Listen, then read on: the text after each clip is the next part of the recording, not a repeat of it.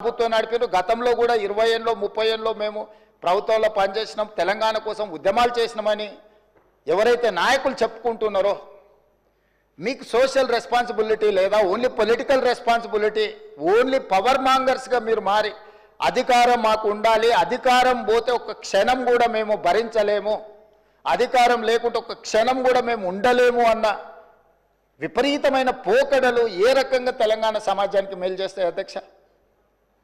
ఈరోజు తెలంగాణ రాష్ట్రాన్ని ప్రపంచ చిత్రపటం మీద పెట్టాలి అని మేము చేస్తున్న ప్రయత్నాలను మేము నిరంతరం పెట్టుబడులను ఆకర్షించే ఉద్యోగ ఉపాధి అవకాశాలు పెంచాలని ఏదైతే ప్రయత్నం చేస్తున్నామో, శాంతి భద్రతలను కాపాడాలని మేము నిర్విరామంగా చేస్తున్న కృషి, మేము వచ్చిన తర్వాత అది గణేష్ నిమజ్జనం కావచ్చు, లేకపోతే మొహరం కావచ్చు, బక్రీద్ కావచ్చు, అన్ని మతాలకు సంబంధించిన పండుగల ఎక్కడైనా చిన్న చెదురుమదురు సంఘటన కూడా ఏదైనా జరిగిందా అధ్యక్ష? ఈ 15 నెలల్లో ఎక్కడైనా శాంతి భద్రతల విషయంలో ఎక్కడైనా మేము రాజీపడ్డామా అధ్యక్ష?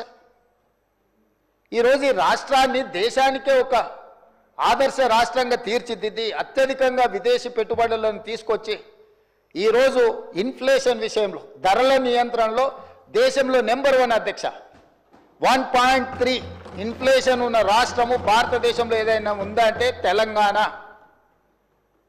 ధరలను నియంత్రించడంలో, ఉద్యోగ ఉపాధి అవకాశాలు కల్పించిన దాంట్లో, నిరుద్యోగ సమస్యను తగ్గించిన దాంట్లో, స్టేట్ ఓన్డ్ ట్యాక్స్ కలెక్షన్లో, ప్రతి దాంట్లో దేశంలో నెంబర్ 1 తెలంగాణ రాష్ట్రం నిలబడ్డది అధ్యక్ష.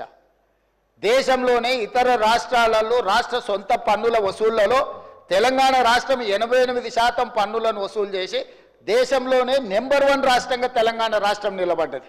మహారాష్ట్ర నెంబర్ 2, మిగతా రాష్ట్రాలు అట్లుంటే ప్రధానమంత్రిగా ప్రాతినిధ్యం వహించే గుజరాత్ 6-7 స్థానానికి పోయింది అధ్యక్ష.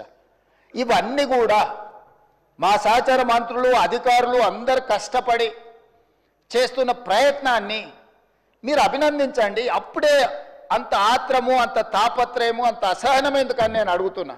కడుపు నిండా విషం పెట్టుకొని ఎందుకు ఈ మాటలు?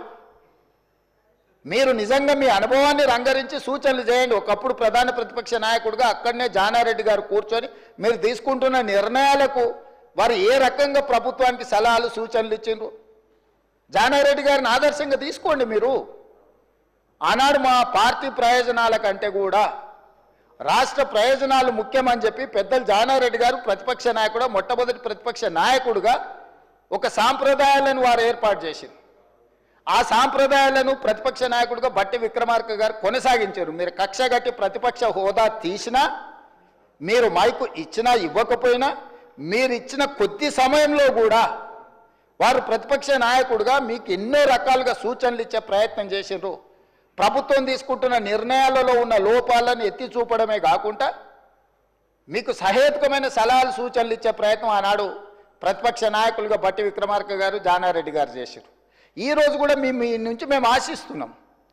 మీరు ఎంత చేసినా, ఎగిరెగిరి దంచినా, ఎగరకుంట దంచినా మీకు వచ్చే కూలి అంతనే. ఎన్నికలు అనేవి 2029లో వస్తాయి అధ్యక్ష. వాళ్ళ తాపత్రయపడ్డంత మాత్రాన, వాళ్ళు ఆవేదన చెందినంత మాత్రాన, వాళ్ళు హడావిడి పట్టినంత మాత్రాన 1 సంవత్సరం రావు అధ్యక్ష ఎలక్షన్లు. అప్పుడే ఒక ఆయన అంటాడు వచ్చేసినాయి, బై ఎలక్షన్స్ వచ్చేసినాయి, వచ్చే నెలలే అని టికెట్లు వంచుతాడు ఒక ఆయన. ఆయన టికెట్లు వంచండి కదా, నేను వంచాలని ఇంకొక ఆయన పోయి ఆయన వంచుతాడు. వాళ్ళ పోటీతోని మా సాగుకు వస్తున్నారు అధ్యక్ష. వాళ్ళ అంతర్గతంగా ఏమని ఉంటే ఉండని, వాళ్ళు ఇట్లా తెలుసుకొని మాకేం అభ్యంతరం లేదు. ఒక ఆయన పొద్దున్నే ప్రెస్ మీట్ పెడితే మధ్యాహ్నం ఒక ఆయన ట్విట్టర్లో పెడతాడు దాని కౌంటర్ పార్టీ. ఒక ఆయన ట్విట్టర్లో పెట్టగానే ఇంకొక ఆయన ప్రెస్ నోట్ రిలీజ్ చేస్తాడు. వీళ్ళిద్దరు ఇట్లా చేశారు కదా అని పెద్దల సభలో ఉన్న వాళ్ళు వాళ్ళ వైపు నుంచి వాళ్ళు అదే ప్రయత్నం చేస్తున్నారు. వాళ్ళ పోటీ రాష్ట్ర ప్రభుత్వానికి తలకాయ నొప్పిగా మారిపోయింది అధ్యక్ష. ఈరోజు అందుకే నేను ఒకటే విజ్ఞప్తి చేస్తున్నా అధ్యక్ష. ఎన్నికలు మహేశ్వర్ రెడ్డి గారి పార్టీ జమిలీ ఎన్నికలు అంటారు, అవన్నీ కలిపి తీసుకొస్తామంటారు. ఇవన్నీ ఓవేళ అంతా కలిసి వస్తే 2028లో రావాల్సిన ఎలక్షన్లు అవి 2029కి పోయేటట్టున్నాయి అధ్యక్ష. సో ఉన్న అసెంబ్లీ కూడా ఇంకో 6 నెలలు ఎక్స్ట్రాగా ఉండే పరిస్థితులు జాతీయ స్థాయిలో మనకు కనిపిస్తున్నాయి అధ్యక్ష. సో ఈ 4 ఏళ్ళు మనము రాష్ట్రాన్ని మంచిగా అభివృద్ధి చేసుకుందాము. మీరు నా దగ్గరకు వచ్చిన వాళ్ళలో అప్పుడప్పుడు టీవీలలో, పేపర్లలో ఎవరు వచ్చి కలిసినా కూడా ఇటు అటు అని, నేను ఎవరికైనా నేను సభానాయకుడిగా ముఖ్యమంత్రిగా ప్రతి ఎమ్మెల్యేకి నేను అందుబాటులో ఉంటా.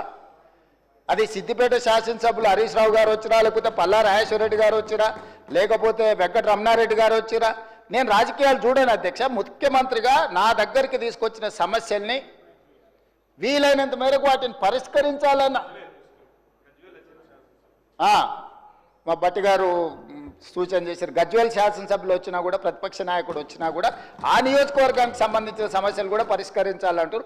శాసనసభ నియోజకవర్గాలకు ప్రాతినిధ్యం వహించే ఎమ్మెల్యేలను నేను ఖచ్చితంగా ప్రజలు ఎన్నుకున్న ప్రతినిధులుగా వాళ్ళని గౌరవించే బాధ్యత నాది అధ్యక్ష. Just they can come as walking, just ఇట్లా నడుచుకుంటూ వచ్చి ముఖ్యమంత్రికి ఏదైనా రిప్రజెంటేషన్ ఇవ్వచ్చు.